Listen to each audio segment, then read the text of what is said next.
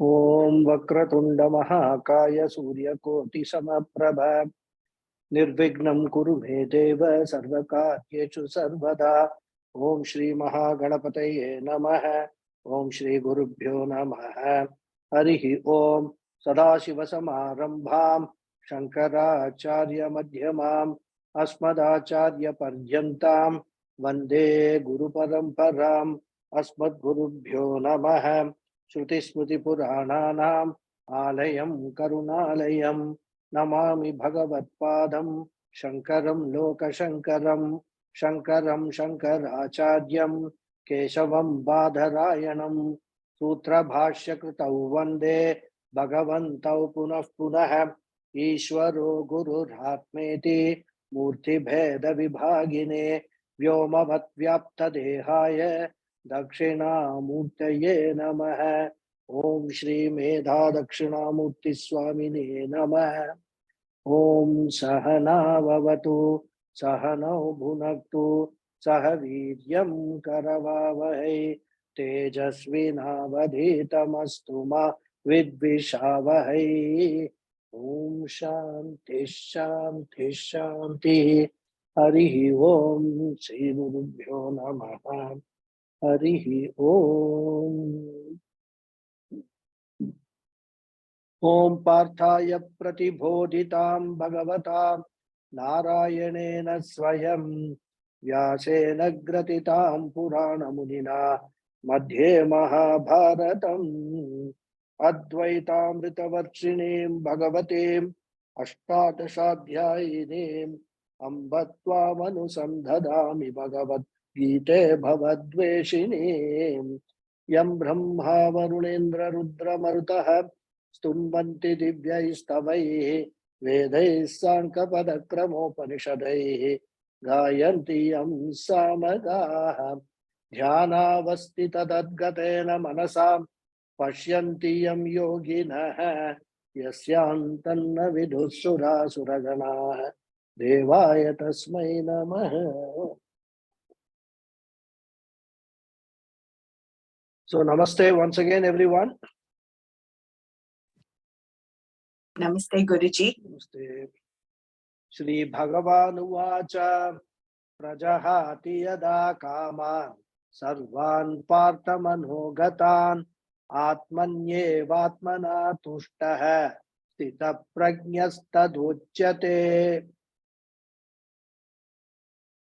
So in the context of this shloka, we are discussing Sthita Prajnasya Lakshanani, the traits or characteristics of a Jnani. As we saw, the first characteristic was Atmaniyeva Atmana Tushtaha. Jnani is one who is happy with himself. He is self-sufficient. He does not require any external factor to be happy. Of course, as I said, he may have certain physical dependencies for his survival, like food, clothing, shelter, etc. But he has no emotional or psychological dependency on anything, whether it is people, situation, or objects, to be happy. Then the second characteristic we saw was Sarvan Manogatan Kaman Prajahati. He renounces all desires because of the sense of fulfillment, the sense of contentment, the sense of Purnatvam. He understands that at the body, mind, sense complex level, he is a limited entity. But at his Swarupa level, he is a limitless entity and he abides in that Swarupa, in that understanding. Because as we analyze the cause for desires, all desires spring from a sense of incompleteness, a sense of limitation due to our strong identification with the body-mind sense complex, which by nature are limited in terms of time, in terms of space, in terms of object also.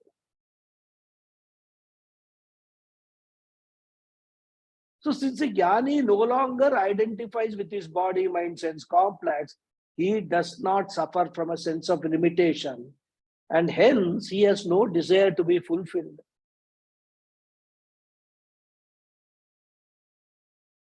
And we were actually raised a question, does that mean that the jnani has no desire at all? And if so, then his behavior should be totally different from other human beings. Then we saw, Mahatmas, Jnanis, right from Adi Shankara, they have set up ashrams, they have traveled around, they have, composed so many things, bhashyams they have written.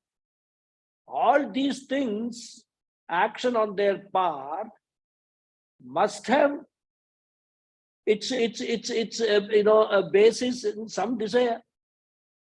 I want to write a bhashyam, so I will write a bhashyam. That's a desire. Therefore, I emphasize that there is a need to carefully understand what is meant by renouncing the desires, what is meant by kamatyaga. So as we saw in the last class, the Shastra classifies desires or kama into two types: allowed desires and not allowed desires, permitted desires and not permitted desires. And allowed desires are those which fulfill three conditions. What are they? First condition is they must be legitimate desires. Legitimate means dharmic desires. The desire to perform one's duty towards one's parents, family, children, society, country, all come under dharmic desires. There is no harm in entertaining such desires. Including, collecting resources for the discharge of the dharmic desires is also allowed. So the first condition is what? Desire should be legitimate. And the second condition is what? Moderation. So by moderation, what do we mean? A balance should be struck between the desire for material pursuits and spiritual pursuits. Because spiritual growth is as important, if not more, for a human being. It is only in the human birth that one can pursue a spiritual path.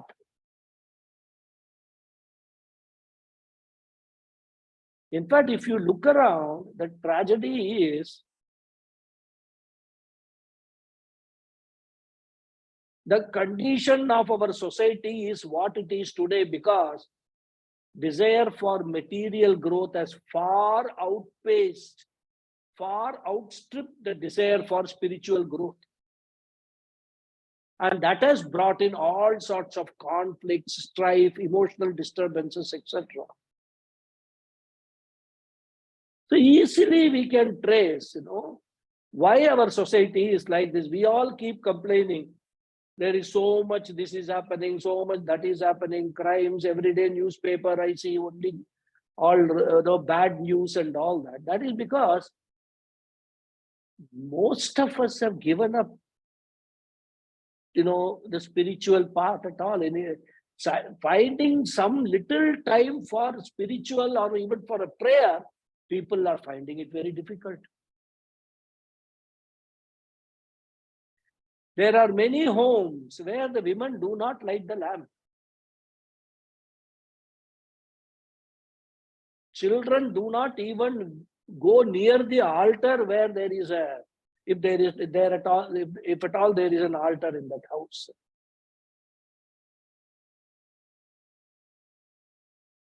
They don't understand that as every day we need to clean our body when we take a bath, similarly, there is a need to clean our mind, our internal instruments also.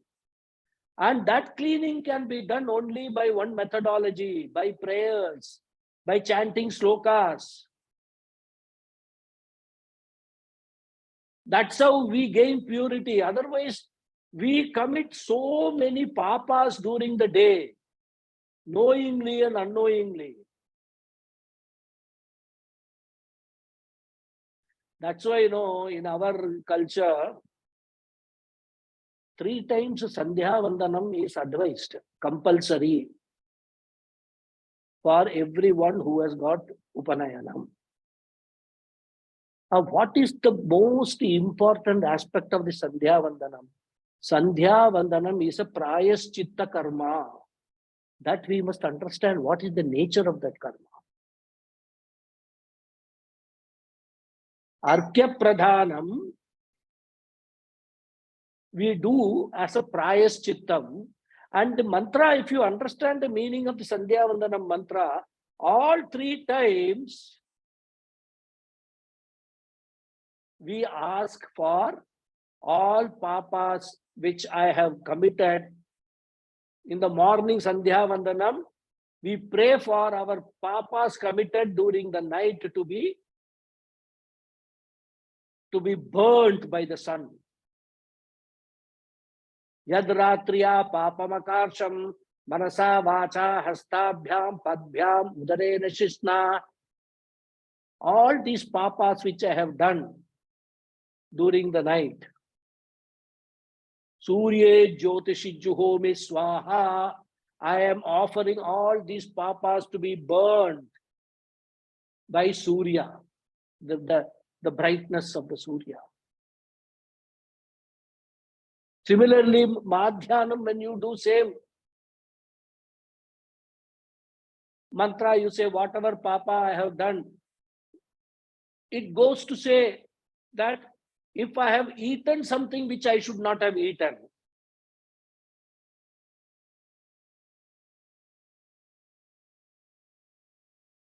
yat uchishtam, yat abhojyam,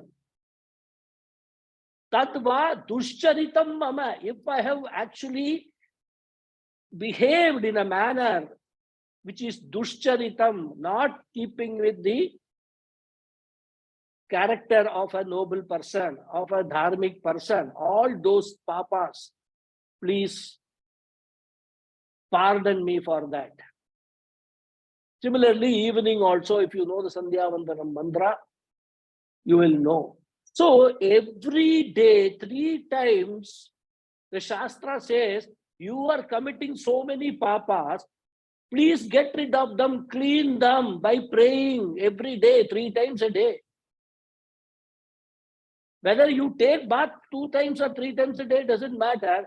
This is important because for spiritual growth, what is important is our condition of our mind, the purity of our mind.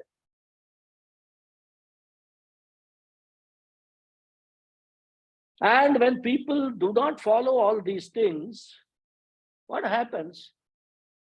All these papas go on accumulating. And it reveals itself and manifests, all these papas manifest itself in terms of difficult conditions, in terms of unpleasant situations, in terms of serious health problems. And it is not only in this birth, we must have been doing this in the past births also.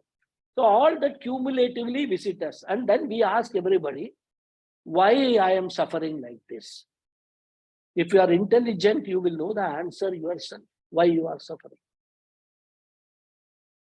We must understand that every human being is a mixture of both spiritual and material personality.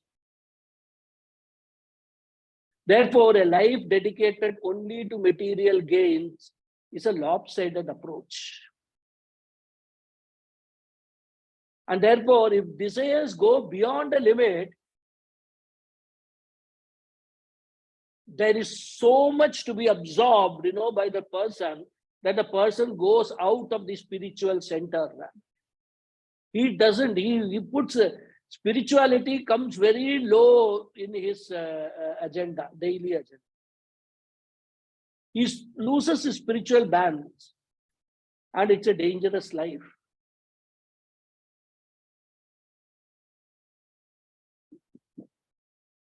It's like, a person going round and round and round at high speed, and when the speed reaches a particular intensity, the centripetal force, those who know physics will understand, that takes him out of the center, throws him away. Any object also for that matter, not necessarily a person. Therefore, if you go around all material, centered, your whole life is centered only on material gains, and you run faster and faster and faster and faster, chasing the material goals, it's not good for any human being. Therefore, whatever I do, how much soever material gains I make, I must be able to remember that these are all impermanent. These are all incidental. Whether it is body or money, all these things, our real pursuit and real personality is spiritual. That is why, people say, all these things, very philosophical. They think that they are very philosophical. They say, what is the point in earning all this? When we die, we don't take anything with us. And there are stories about Alexander the Great told that when he realized that all his conquests and all the things that he has earned, he is not going to take it away. So he actually told his followers that when he dies and he is buried, he should be buried with both his hands open outside, so that people should see the tomb and know that we are not going to take away anything from this life. Whatever we have earned, all material things are left here itself. But they miss a very important point. It is not that we don't take away anything. We take away all our punya papas, all our karmas, all the spirituality that we have earned. The sanskaras which we have earned during this life, that comes along with us after this body falls. Therefore, what is permanent, what can travel from one birth to other is the punya papas that we earn. The punyas for the good deeds. They follow us. We can take them with us. And therefore, we must understand that our real personality is spiritual, because whatever we do in the spiritual realm, that comes with us. That's why in olden days and all, a lot of old people used to say, now few more years to live, let me actually devote myself to God and prayers and all religious activities, etc. They would not have thought about it the whole life. Only when they attain an old age, they will have all this feeling. But still it is good. At least at some stage they realize that our personality is spiritual, and what is going to come along with us, support us in our journey to the next life, is only all these spiritual gains, not the material gains. Therefore, the second condition is providing time for spirituality. One may have 100 factories, we don't care. Travel all around the world, we don't care. Vedanta does not want to restrict you. But what Vedanta says is, whatever you do, you must be like a cyclist. The cyclist who, even normal cyclists rather, not necessarily who are all champions and all. What does a cyclist do? He does not forget the center of gravity, his balance. Even when the cycle is just doing, in rough roads and all that, he maintains his balance and rides that cycle. Because that is our core personality. Therefore, let not your worldly roads carry you away from the real center. And real center is your spiritual personality. Devote attention, devote time, sufficient time to not only entertain your spiritual personality, but grow it spiritually.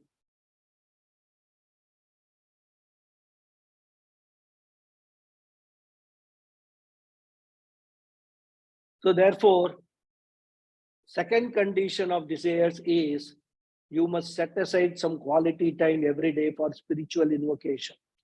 Shravanam, Mananam, Nididhyasanam, and all we have seen. We will see more about all these things later. In fact, I feel that, most of you for finding time for Gita class every week, dedicated way, itself is a great thing. Otherwise, you check with people, many people say, no, I want to attend Gita class, but I have no time for that.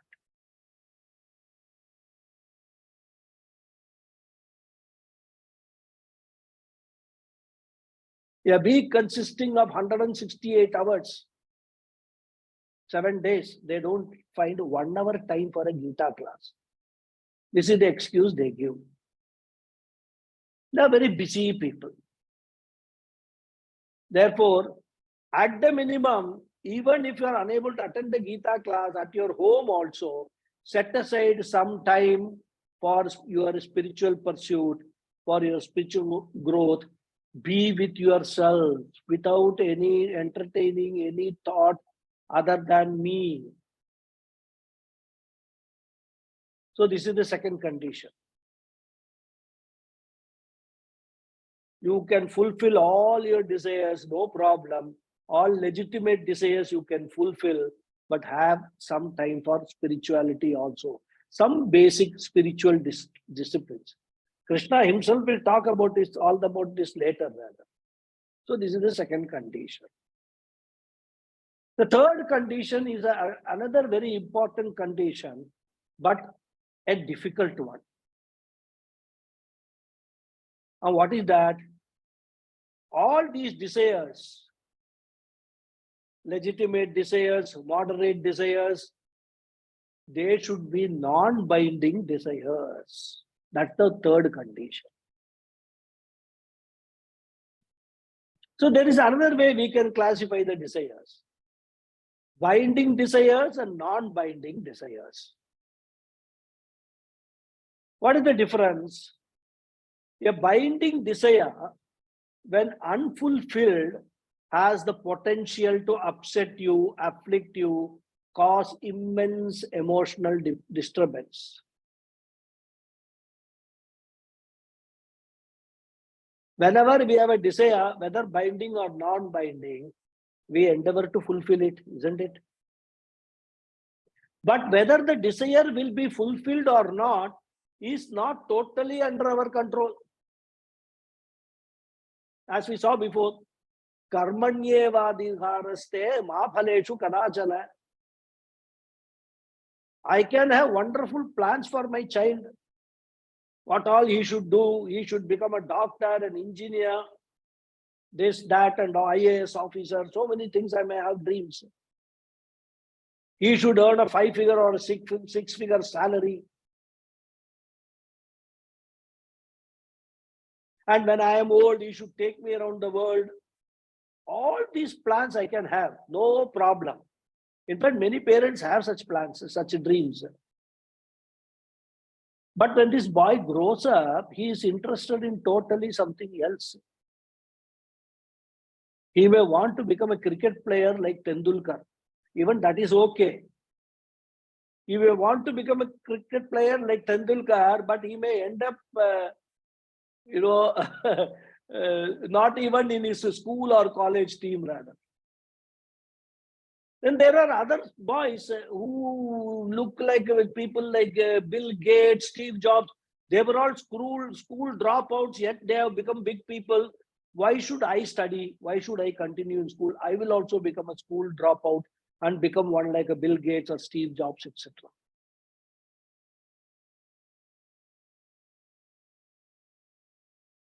I'm not saying anything about Bill Gates or Steve Jobs. See, they actually were brilliant people. But schooling going to the school, going through school curriculum, probably they were beyond that. But that may not be the case with every child. So my son has got a totally different desire. Or even, let us say, there are cases, many children, they want to become sannyasi. Take, Swami Paramathananda, Swami Dayananda Saraswati and all. Their parents would have had all the dreams. My son should do well in his life. He should get married. He should get children. So I have grandchildren. All these dreams every parent will have. Suddenly, this child says, I want to become a sannyasi. I want to go to Gurukulam, study there, and then I will take sannyasa, brahmacharyam directly to sannyasa. In fact, it is told that when Puja Swamiji was given sannyasa by Swami Chinmayananda, Puja Swamiji's mother did not know about it. Even Puja Swamiji did not know about it. He was only told by Swami Chinmayananda, come to so and so place, there will be some rituals performed and you will get sannyasa. This is what Swami Chinmayananda said. So therefore, what I am saying is, every sannyasi's parents would have had wonderful dreams about their child. But any dream can be shattered because many things are not in our control. Therefore, what? When the desires are not fulfilled, if it is going to create a mental upheaval in us, a serious emotional disturbance in us, that desire is a binding desire, a binding karma, and it is like a time bomb which can disturb us at any time.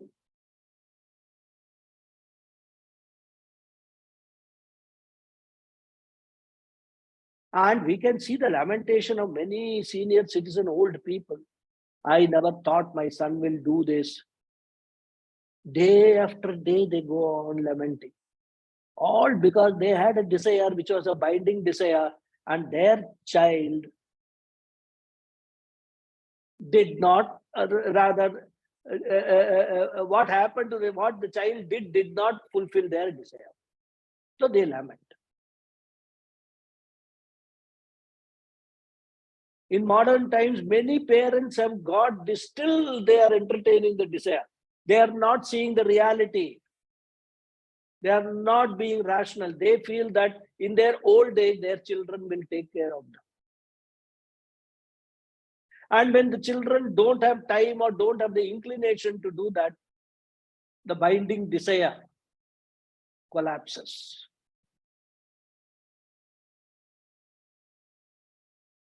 And again, I thought, I'm not well, I'm not able to do anything myself. My son is there in the US or wherever he is. He is not bothered about me. I have to do everything myself. That is the biggest, one of the biggest reasons for the binding desires, or one of the biggest reasons for all our shoka, moha, everything, all the samsara. And therefore, we have to diffuse this bomb. And how to do that? First, understand that I have got this desire. I will work for that very well also to fulfill that desire. I will seek the grace of the Lord also.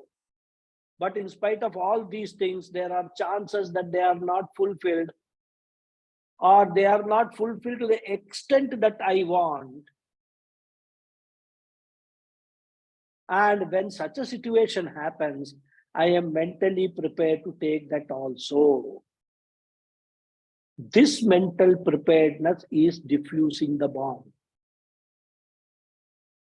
And this mental preparation born out of wisdom is converting a binding desire, a karma, into a non-binding karma.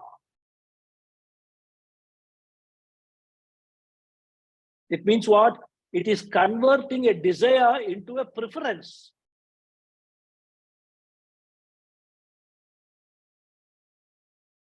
I prefer, if this happens to me, is a different expectation than I desire that this should happen to me. It's an attitude where we say to ourselves, it will be nice for my desire to be fulfilled, but if not, I will understand. In such a circumstance, non-fulfillment of my desire is not going to cause any mental turmoil in me. This is the attitude one should develop to convert a binding desire into a non-binding desire. And Shastra says that as long as your desires are non-binding, there is no problem. You can entertain such desires. Therefore, the expression kama tyagaha, we have to understand in this sense. That's very important. So if somebody tells you that Krishna says you must not have any desires and all, you give them this lecture. You don't understand what is Krishna is saying. That's why you are, because of your ignorance, you are criticizing what Krishna says. Krishna doesn't say that. And that's why, the whole Bhagavad Gita, 700 slokas, is the condensation of all the knowledge, brilliant knowledge, which is there in our Upanishads.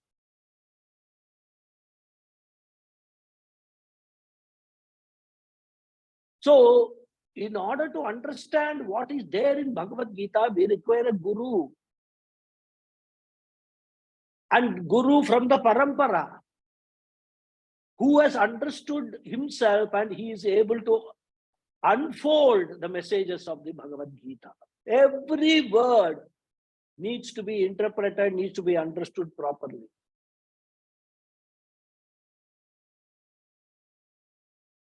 And Adi Shankara deals with this very beautifully in his Bhashyam.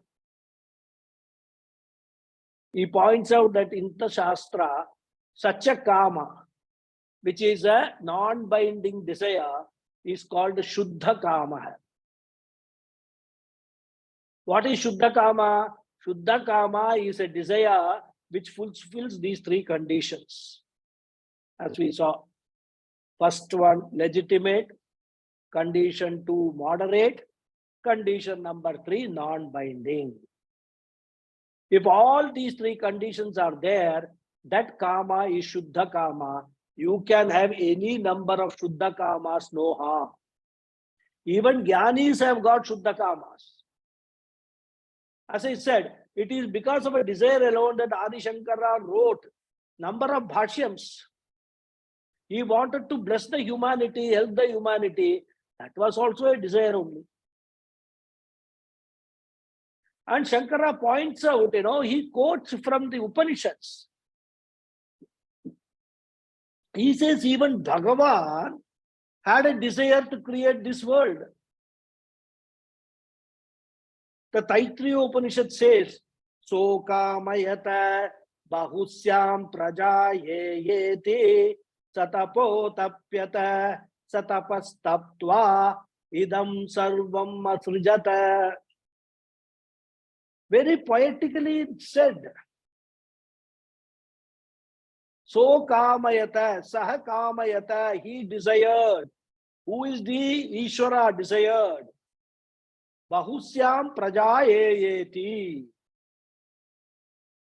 I will create countless prajas, countless jivas. Bahusyam. Satapo tapyata. Then he undertook penance. He undertook tapas. Sa tapas tattva, after completing his tapas, idam sarvam asujata, he created this entire thing, everything that is there. So the entire creation has sprung from a desire of Bhagavan.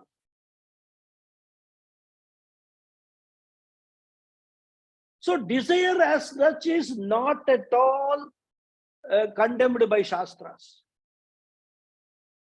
So we have to understand what kind of desire the Shastra condemns and what kind of desire the Shastra actually supports.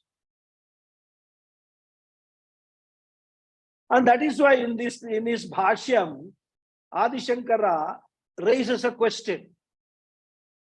If Bhagavan also has a desire, does he mean Bhagavan is also bound, he is also a samsari? But here, Jnani is defined as desireless. Now, how come Vedas and say that Bhagavan has got desires? So Shankaracharya himself raises the question, and he answers also saying that Bhagavans and Jnanis kamas are Shuddha kama hai. They are fulfilled, wonderful. Not fulfilled, also okay.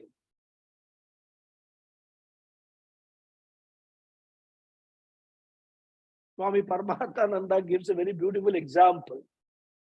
He says it is like a 5-match cricket game, a 5-match series. One team has won 3 matches. So they have already wrapped up the series. Now, how will they play the 4th and the 5th match?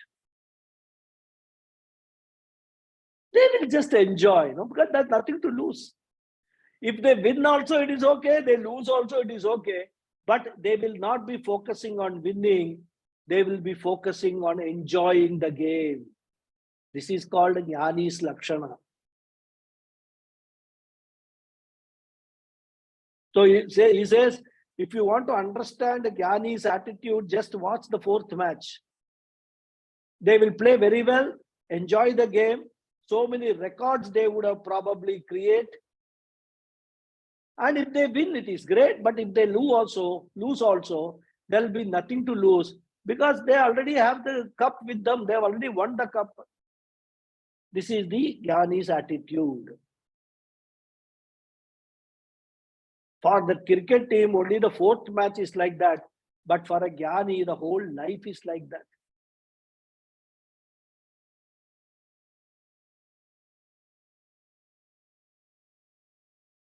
It is not that he feels contented, purna hai, and that he does not have any motivation for doing anything. Like the cricket team, he will play the game of life as hard as he can for the benefit of mankind. But whatever happens, it does not hurt him. Therefore, prajahati yada kaman means prajahati yada ashuddha kaman. Jnani renounces all ashuddha kamas. Whatever kamas he has got, they are all shuddha kamas. So that's why this is a very important verse. In fact, the whole section is very important because the rest of the verses are all commentary upon this verse alone. As they say, this is called a sutra shloka. Like a headline in a news, they put, and then the detail follows like that. The slokas will follow this sloka. They are all vyakhyana shloka, which again describes Jnani's Lakshanani only, but taking off from this sloka.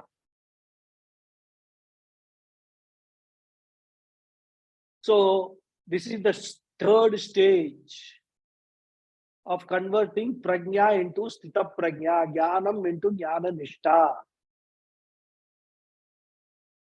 I hope you all remember what are the first 2 stages. Suddenly I say 3rd stage means from where this, what 3rd stage, what are the first 2 stages, you should not ask. First stage is Shravanam, receiving the Shastric knowledge from a guru. 2nd stage is Mananam, critically analyzing the teaching received in the first stage to gain doubt-free knowledge. And in fact, in Mananam involves a lot more things. There's a very detailed process for Mananam.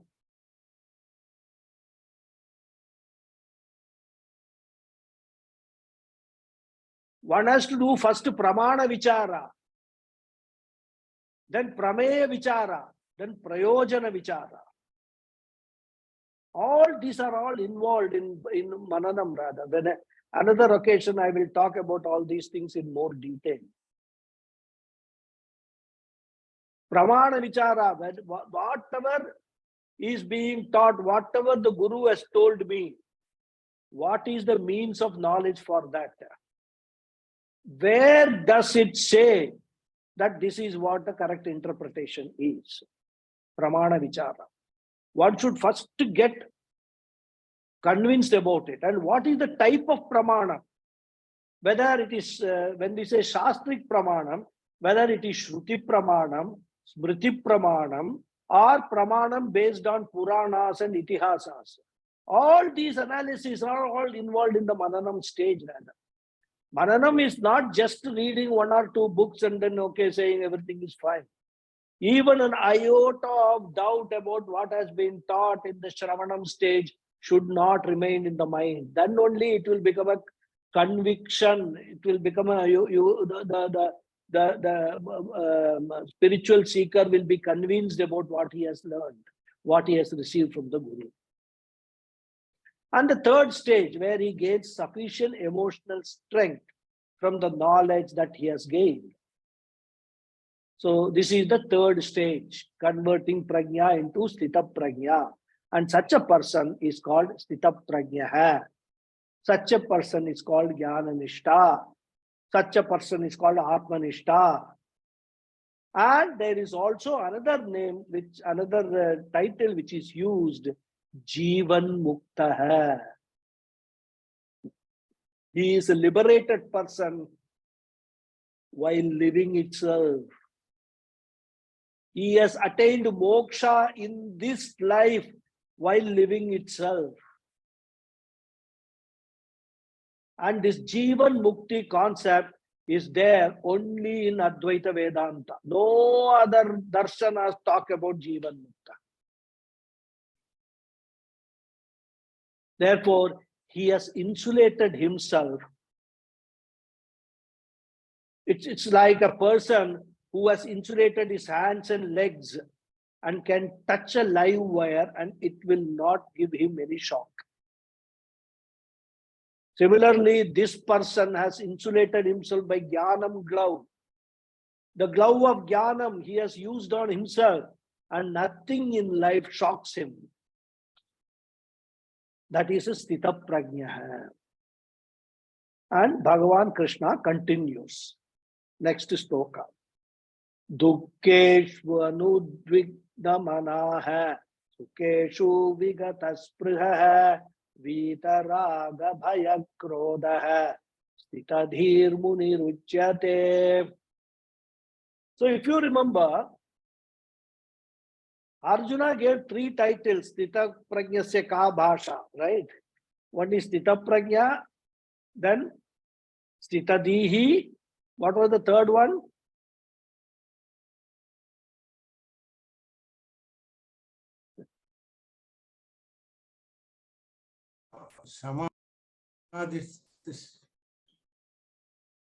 Samadhistha. Sorry, not able to. Samadhistha, yes. So he has in the previous sloka talked about who is Sthita Prajna. Now Bhagavan is talking about who is Sthita Dihi.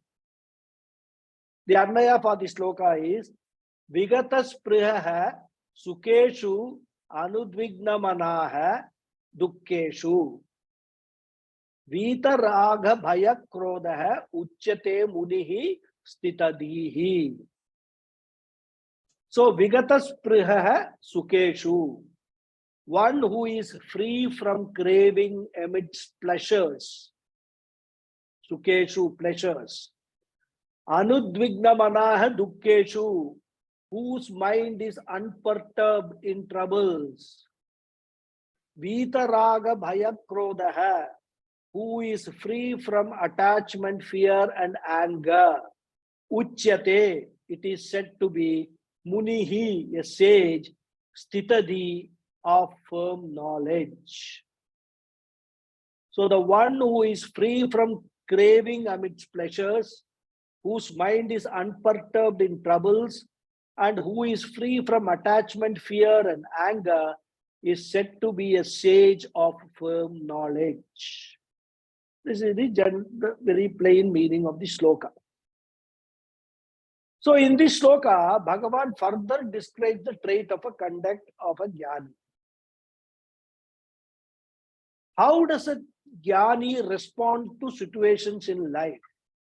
And that too, especially unfavorable situations. So first point we can note from this is that it is very clear that a jnani also cannot avoid unfavorable situations.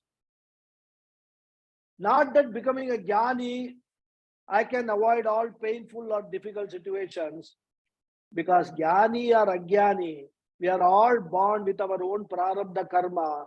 The very birth is because of that prarabdha. Therefore, until death happens, all the punyam, papam, which are part of the bundle of the prarabdha karma with which we are born, they are going to take their toll. They are going to affect us.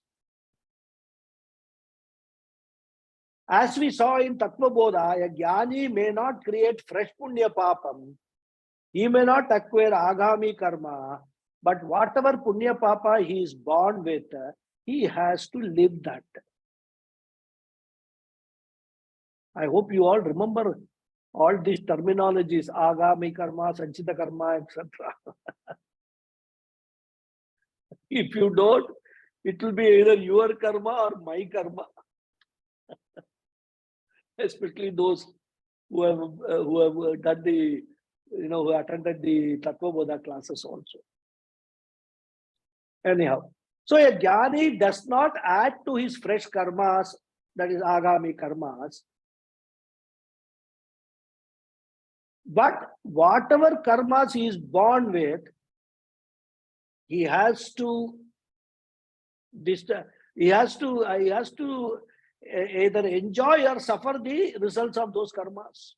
Therefore, it is not that a jnani will not face unpleasant situations. He may face both favorable and unfavorable situations. But when the unfavorable situations come, a jnani will be anudvigna manaha.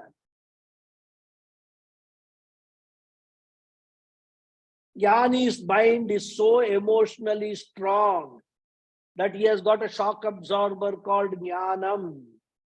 He has the insulation called jnanam.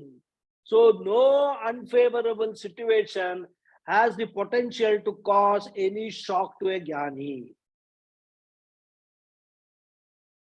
It is just like when we have a good shock absorber in our vehicle. How will be our journey on rough roads? The disturbances will be minimal. The shocks are minimal. But of course, in the case of human beings, all these do not happen overnight. It's a gradual growth.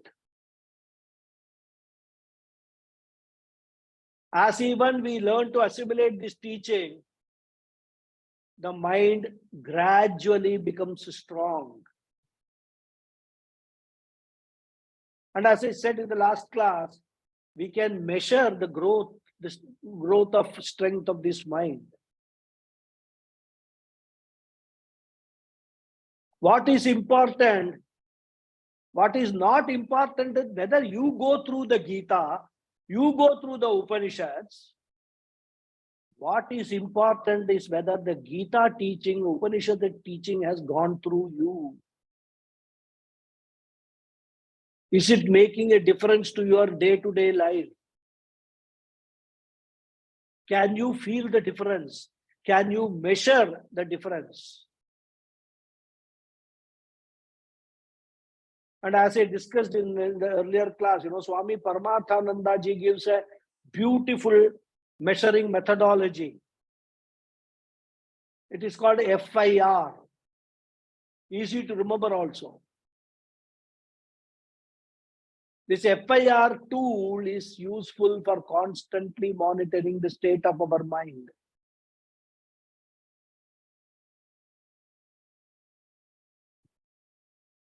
F stands for frequency of emotional disturbances. I in FIR stands for intensity of emotional disturbances. And R in the FIR stands for the recovery period. Once your emotional disturbances set in, how quickly you recover from the emotional disturbances. And these can be quantitatively monitored. You can even maintain a diary on a day-to-day basis.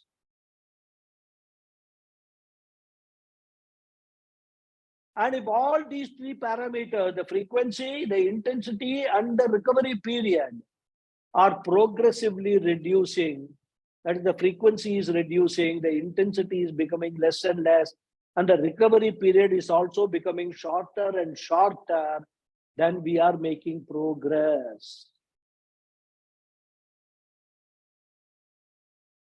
Frequency we can measure by the number of times emotional disturbance occurs during the day. Very easy. If you are aware of your mental condition on a regular basis, on a real-time basis, okay, this time I was upset because of this, I was upset because of this, I was upset because of, you can make down, maybe 20 times, 10 times, whatever it is. But how to measure the intensity of mental disturbance? When it is of lesser intensity, it just creates a small ripple of reaction in the mind, and then it goes away.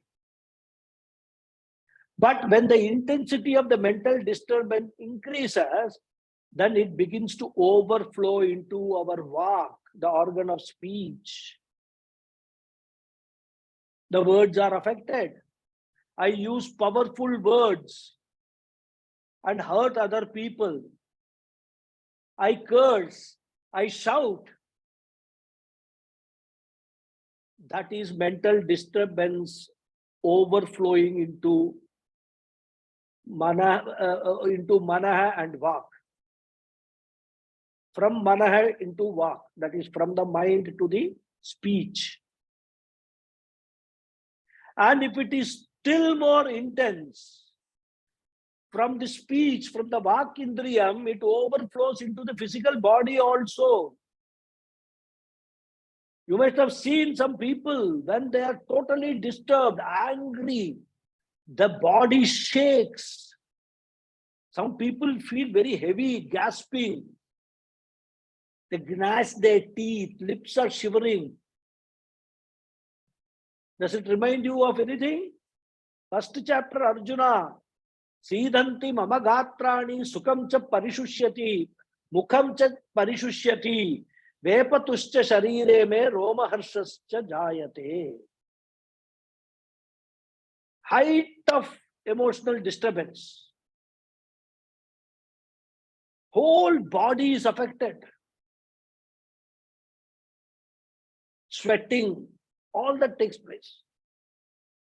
Therefore, when there is lesser intensity, mind alone is affected. When there is more intensity, mind and speech are affected. When there is maximum intensity, it affects the mind, the speech, and also the shariram, the kaya, the body.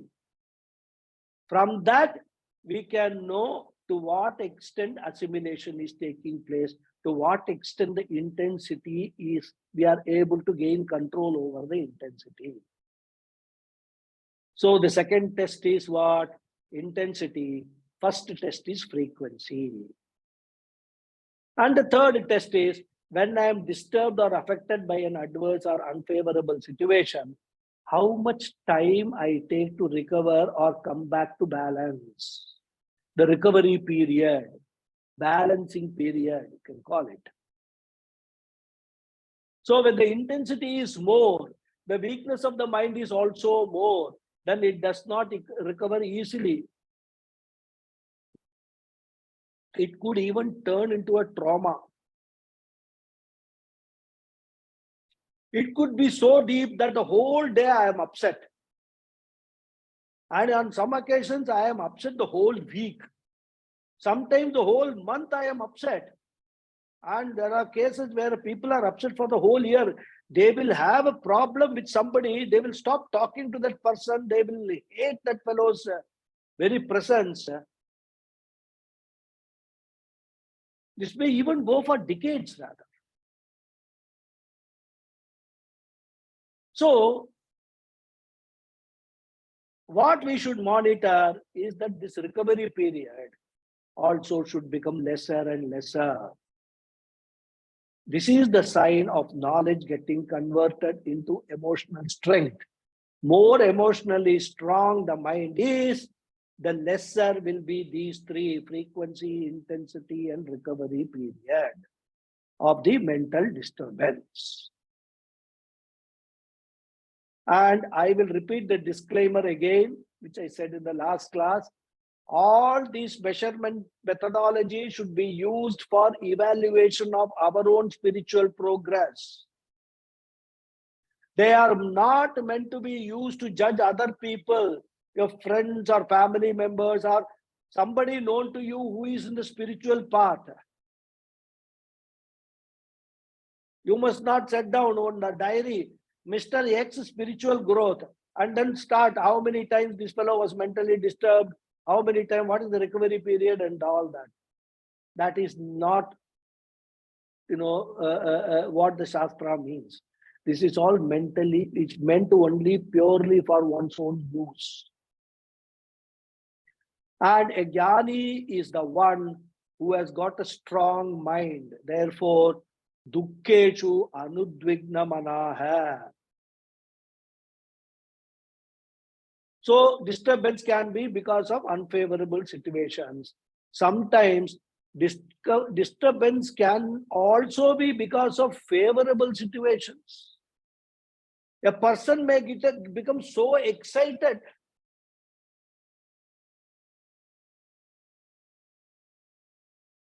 So excitement, the mind becoming excited can be because of negative things, and it's also because of positive things. Sometimes, because the mind becomes so excited with positive things. For example, we have heard of people, having a heart attack when they won a huge lottery. So heart attack can come because of positive excitement also. And Vedanta says both types of excitement are not healthy.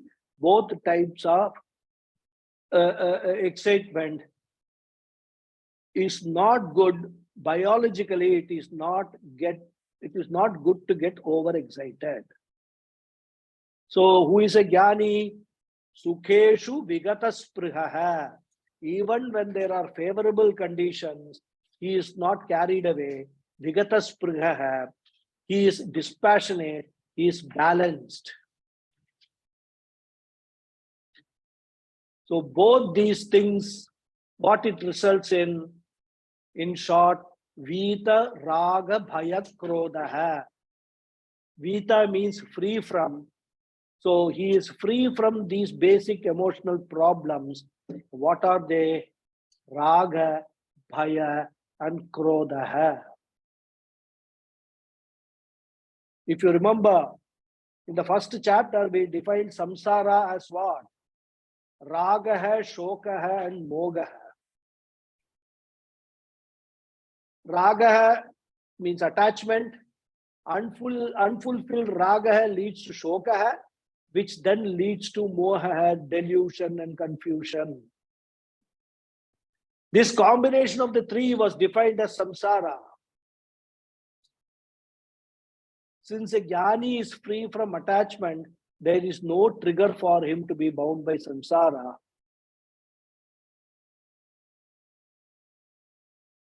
But here, Bhagavan Krishna defines that freedom from samsara in different terms, from a different standpoint: ragaha, bhayaha, and krodaha. So we'll see more of it in the next class. I will stop here.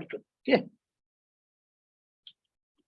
Om Purnamadav Purnamidam Purnat Purnamudachyate Purnasya Purnamadhaya Purnameva Vasishyate Om Shanti Shanti Shanti. Harihi Om Shri Gurubhyo Namaha. Harihi Om. Thank you all very much. Thank you. Hari Om. Thank you very Thank much. you, Guruji. Thank you. Namaskaram. Namaskaram. Namaskaram. Thank you, Guruji. Thank you. Namaskaram, Guruji. Thank you. Namaskaram. Thank you.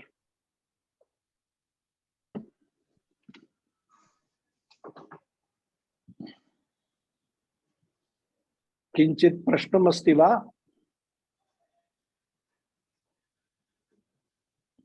Any questions, comments, observations? This desire, Hmm. which we discuss so much, Hmm. is a very complicated thing. In Vedanta, nothing is simple.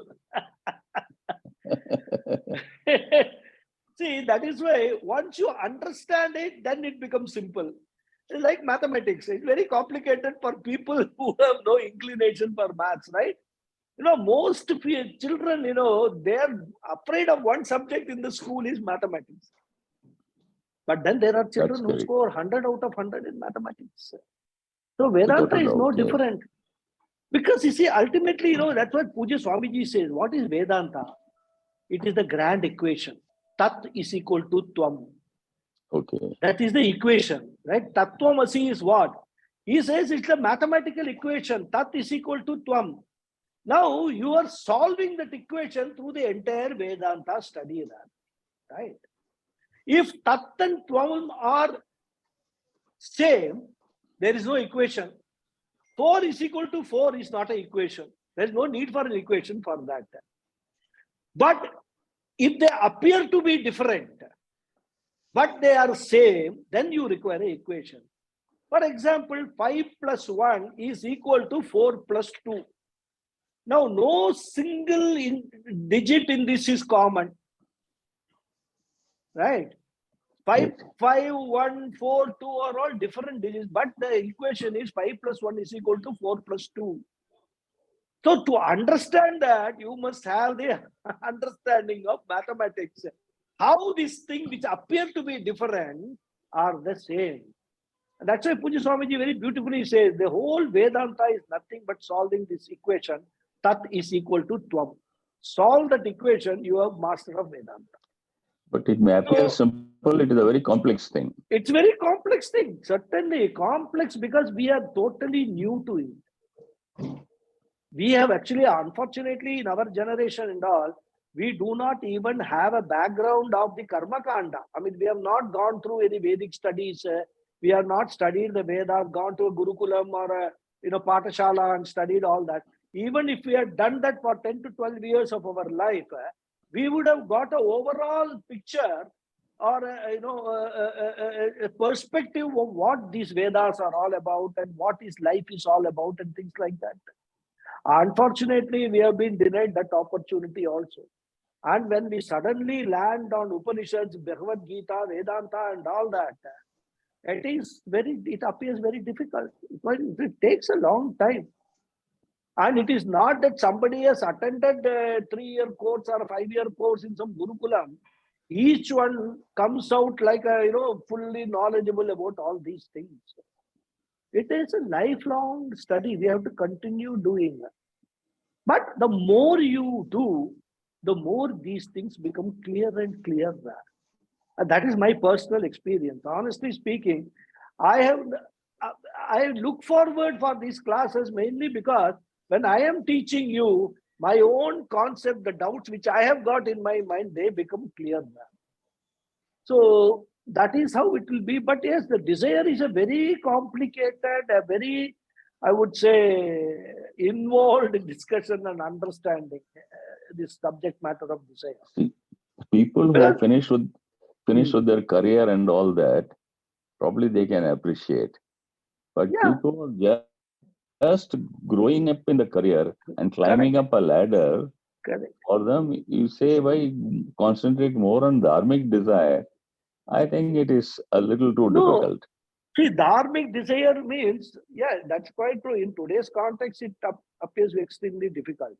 But what does the dharmic desire mean? We only define dharmic desires in three senses, right? First of all, you must understand wherever you are, in whichever organization you work, you may have 100 ambitions, 100 desires. If you are a sane person, you will understand that everything that I want in this organization cannot be fulfilled.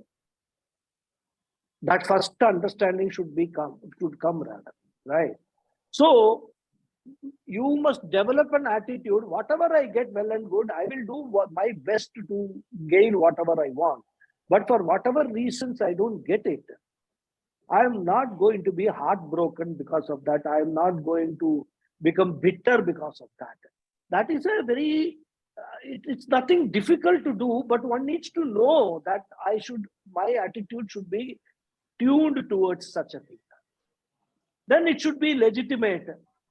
Because if you use illegitimate desires, at some stage, the illegitimate desires will give you all illegitimate results also.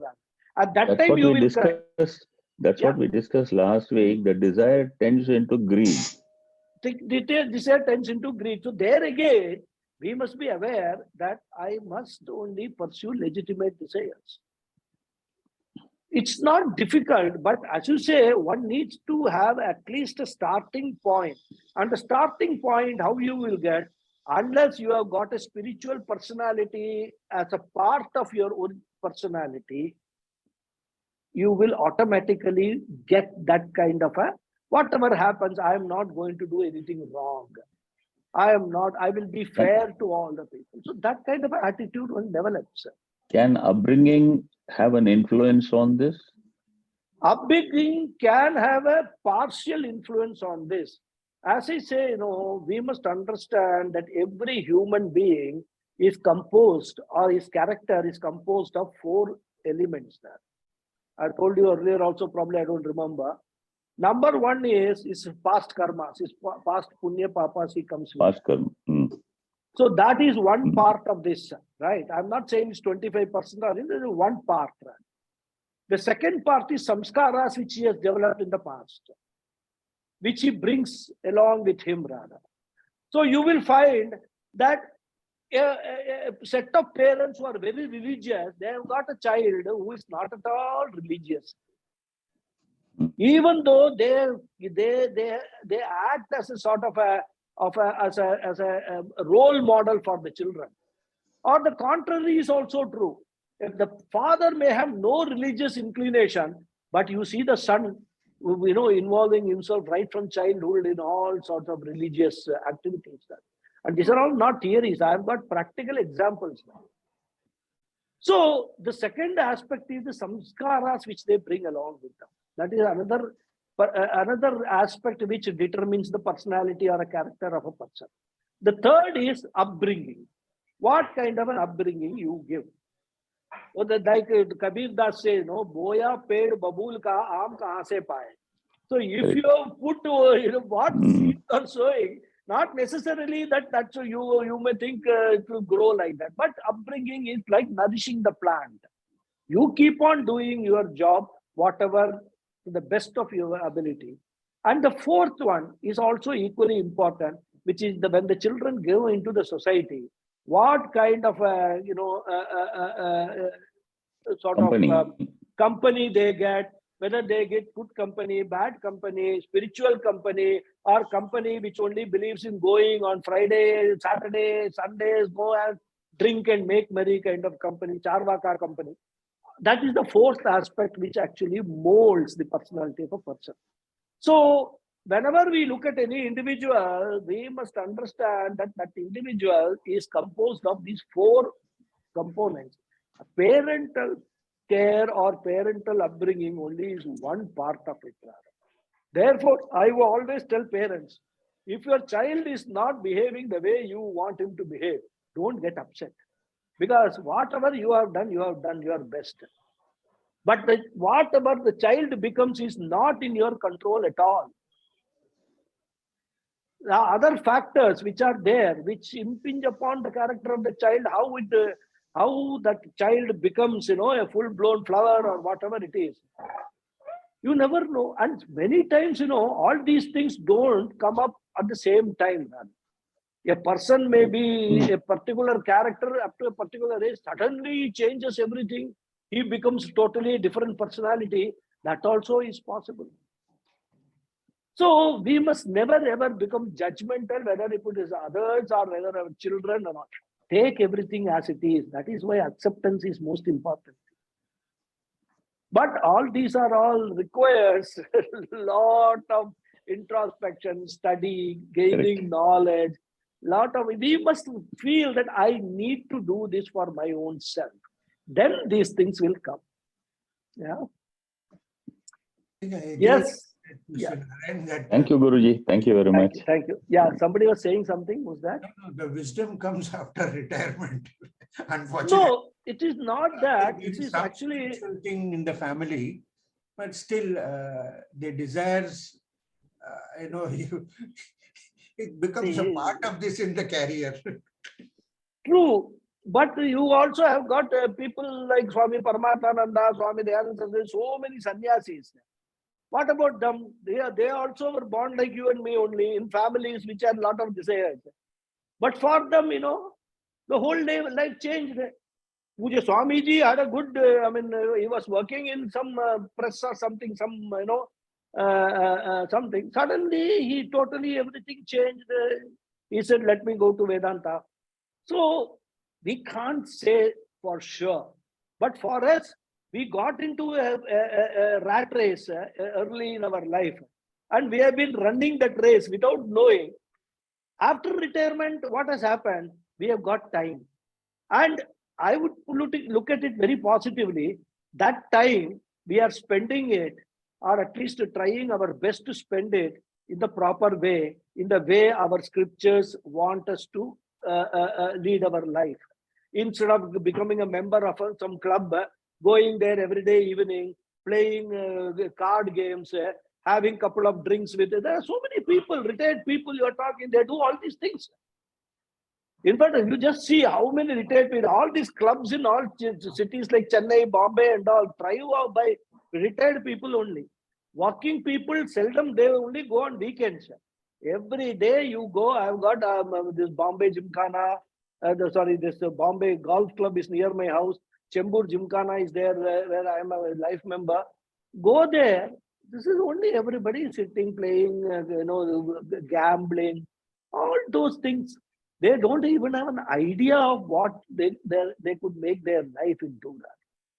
So we should feel very blessed and fortunate that at least after retirement, Bhagavan has given us this opportunity, this attitude, and also this ability to spend our time spiritually and in trying to learn some of these things, which if not in this life, it will certainly help us in our future lives. That is a guarantee which Shastra gives, and there is no reason for us not to take that guarantee on its face value. So that is what we should look at. I am happy. Let me look at myself. Am I leading a right life at least at this late stage? So in Hindi, there is a saying, सुबह का भूला शाम को घर आए उसको भूला नहीं कहते. I know that many people will not know Hindi, but what it means is a person who has actually gone away in the morning, in different ways. If he comes back home in the evening, then he need not be called a person who has forgotten his road. He has ultimately come back home, rather. So we will not hold him for his having gone away in the morning because he has come back in the evening. So similarly, even if we have wandered around our life all along, and none of us is an exception in that. Everybody has done everything because we had no understanding about all these things. But when we got an opportunity, that is where we used our free will to grab that opportunity. And probably our karmas and our past, samskaras, everything came together and put us on this path. Now you ask yourself whether you have binding desires. I can certainly say I have got no such binding desires. It happens, happen. I have got desires. But if it happens, well and good. Doesn't happen also, I am not going to be crying over it or mentally disturbed why it is not happening. So that attitude automatically comes when you get this knowledge. Absolutely. So that is what it is. So we must let us not lament that at old age only it has happened. What has passed is past. Yes. Let us live in the present. That's all. Absolutely. Absolutely. Yeah. Thank you. Yes. Thank you. Hari Om. Hari Om. Satyaji. Namaste, Guruji. Sorry, I'm not able to Namaste. turn on my video call. Video That's camera. okay. You can raise your question. Yes, Guruji. So currently, while we are learning to dematerialize things or understand that none of these materializable things are going to persist, and it is perishable at some point, and only our knowledge and jnana is what we carry forward. But on the course of it, while taking birth, we are forming so many bandhas with our parents, with our family members, even with our pets, and so many things. And when they leave, irrespective of how much knowledge we gain, it is like coming back to square one, where all of our the Maya imposes so much pressure on us that we feel so sorry, we feel so depressed, and basically the life glooms over us. It looks all dark. So even at my place, we have a dog, and that dog is almost in the nearing stage, and even though I know that next birth it might even get a human life, and it might even attain moksha, but the process of it getting separated from me is very tormenting. So while we are on the path to attaining the jnana, how would a jnani perceive this situation, and how will they how do we actually take it up, Guruji, in this situation? See, let me ask you one question. When you were a child, Yeah. you played with a lot of toys. Yes, Guruji. When some toy got broken, were you very upset that this toy has got broken? Yeah, correct. I What was did upset. your parents tell you? That we'll get you one, you think? You think, or this is a toy, it is to be broken. Yeah, But that time you will broken. not be able to appreciate it, right? Correct. Yeah, You correct, will still Guruji. be crying or you will not get sleep, all that thing. But Correct. when you're 10, 12 years old and you saw the old toys are still there with the children, right? Right. The house, they will be there. Right. And you have now gone into school and all that. You have got Yeah. new friends and things like that. And suddenly one of the toys with which you played in the childhood, that breaks. Yeah. Will you have the same kind of feeling which you had as a child? No, Guruji, I would have moved on by then. Yeah. Suppose today you get a cell phone. Yeah. You like it very much. It's a very expensive phone and all that. Something happens and it breaks into pieces. Yeah. What will be? Will you start crying? Oh my God, this cell phone has gone away and all that. What will you No, do? we just go replace with a new phone. Right? You have grown. Yeah. Understand, I have actually grown. Spiritually, I have grown, because now what affected me as a child is no longer affecting me the same way. I may feel for some time, sorry, okay, I've lost this. I've got lost, all my contacts were there in the cell phone, it's all gone. All that will be there. Yeah. But that will not actually create a serious mental disturbance in you. Correct, Guruji. Yeah. So if you understand that, that means that you already have got the potential and you already grown with that potential. So anything new situations that come, whether it is your dog, which is in any case going to pass away, Yeah. or our parents who are with us and whom we love very much, and they are going to pass away. Correct. What should be our attitude? As long as they live, because passing away is a reality which nobody can stop. Absolutely, Guruji. Yeah. We have to take that, right? What we should do, our attitude should be, let us make their life as comfortable as possible as long as they live. Okay. And when you are giving that comfort, that actually is an expression of your love for them. Yes, Guruji. Whether it is your dog, whether it is your parent, whatever it is Yeah. an expression. And when you are expression of love, That itself is a great feeling, and this thing that when they pass away, you will say, at least I got the opportunity to serve them the way I could. Yes, Guruji. Right. So with that, the shoka will be there temporarily, but recovery period will be very fast. Very faster. Right. That is what is required. Because all these things, what we talked about, FIR is important. Yeah. Frequency is less, intensity is less, and if the recovery period is also less, that means you are making a very good spiritual progress rather. Yes, Guruji. And you are relating to the reality. The Maya, when you use the word Maya, Maya is not the reality, is the first thing that we have to understand. Yes, Guruji. Correct. Maya is the appearance of reality. When the dog is dying, you yourself said that it may have a next birth as a human being. Yes, Correct? Guruji. Right. So that means the dog is not dying. It is only the dog body is going to die. The dog, as such, today it is the dog form. It could be the human form in the next birth. Yes, Guruji. That is going to live eternally. Yes, Guruji. And in all probability, and we have got stories in our scriptures, Jadabarada story, he was born as a deer because in his previous birth, he was so attached to a deer. In the next birth, he himself got a birth as a deer. Yeah. Okay. So when you are so closely attached to another jiva, there is a possibility that the jiva and you become together in the next life in some form or the other. Yes, Guruji. Right. That is what I say, samskara and the previous thing and all. Right. So all these things you are born with. So it's a continuity. You don't look at life as date of birth and date of Date death. of death. Correct. Our Guruji. life is a continuity. It is eternal. It goes on and on and on. Vasamsi jirnani yata vihaya. Like we change our dresses. Yes, Guruji. The Atma changes the bodies, different bodies. That's all.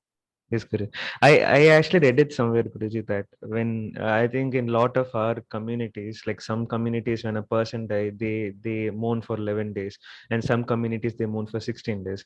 I think our Shastra is, as you said, Guruji, it absolutely makes sense to me that they give us 11 days, 16 days for us to mourn and express all our feelings. But after that, you just have to move on and you start getting back to your dharma and you start doing that. Exactly. But we must remember that once the body has gone away, the person is no longer in their life. We must not forget them. Yes, Guruji. Throughout our life, we must be, indebted to them for whatever they have done for us. Even if it is a dog, it has given us so much love, affection, loyalty. You will not find it in any other animal. That kind of a thing. Yes, Guruji. Correct. So we must cherish the memories, and by cherishing the memory, that's why we have this shraddha and all that, Yeah. and tarpanam and all. Our ancestors, who have already passed away, they become very happy when we remember them rather. Yes, In fact, Guruji. every day if you remember them, they will be very happy. Yes, Guruji. Right. So our shastras provide for all these things. What is tarpanam means? We say tarpayami. Tarpanam means to make somebody happy. Happy. Triptikaranam. Okay. So that is why tarpayami means I am making so and so happy. Happy. Okay. That is the meaning of tarpayami. So all these are all inbuilt in our system rather. Once you understand the system completely, you will have wonderful life rather. Remember every person. That's why Puja Swamiji says, we are all consumers. We must become contributors rather. Yes, Guruji. What is the contribution you can make to people who are dead and gone? The only contribution Tarpanam. is Tarpanam. Remember their memory, recalling how good they were.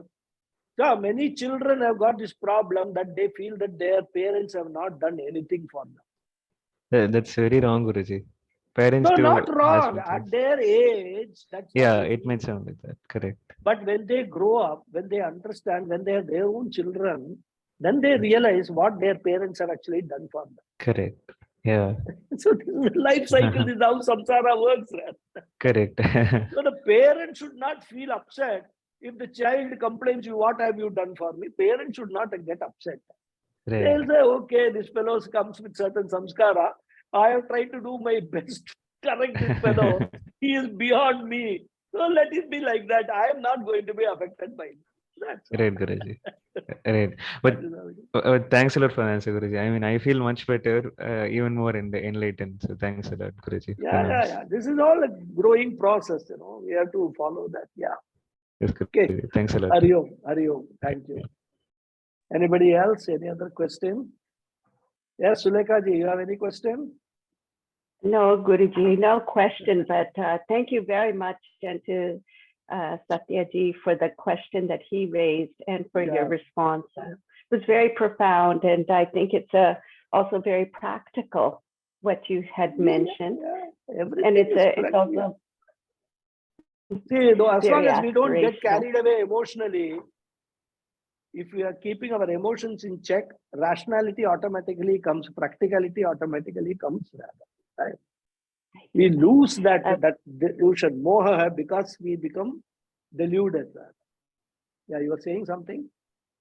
No, I just, again, pranams and thank you. Guruji, I will be coming to India this month. And if it's... Which part of India? I'll be in South. I'll be in Chennai mainly, and I'll be there for a wedding, family wedding. Is it possible if I can call you and offer my pranams to you over the phone? I don't think I'll be in Mumbai no at all. problem at all. What dates you are talking about?